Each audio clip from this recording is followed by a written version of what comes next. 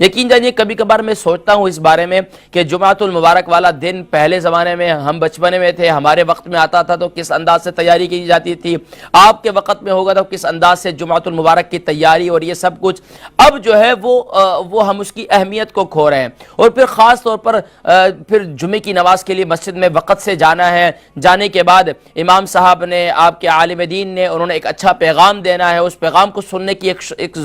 सुनने का एक ज़ौक़ होता था, सुनने का एक शौक़ होता था। अब हमारे यहाँ टहल टहल कर जाते हैं तो आखिरी वक़्त में जाते हैं, और आखिरी वक़्त में बस जब इमाम साहब अल्लाहु अकबर करें और बस इमाम साहब जल्दी से, कि आए भी आखिर में, और जल्दी से कोशिश करते हैं कि जल्दी से इमाम साहब जो है नमाज़ पढ़ाएं, और जल्दी से हम जो है कोशिश ये होती है कि सलाम यहाँ हो, एक सलाम मस्जिद से बाहर हो। और फिर जो लोग मस्जिद में जाते भी हैं तो वो पीछे जाकर बैठ जाते हैं। तो ख़ास तौर पर नाज़रीन किराम, मेरा दिल आज ये चाह रहा था कि मैं इस मौजू पर बात करूँ कि ख़ास तौर पर, इससे पहले भी मैंने जुमातुल मुबारक की अहमियत और फजीलत वाले दिन, फजीलत से मुताल्लिक मैं गुफ्तगू किया करता हूँ जुमे वाले दिन, कि भाई जुमातुल मुबारक की अहमियत को समझें। इस दिन अल्लाह की तरफ से ख़ास रहमतें, बरकतें, सआदतें ईमान वालों को दी जाती हैं।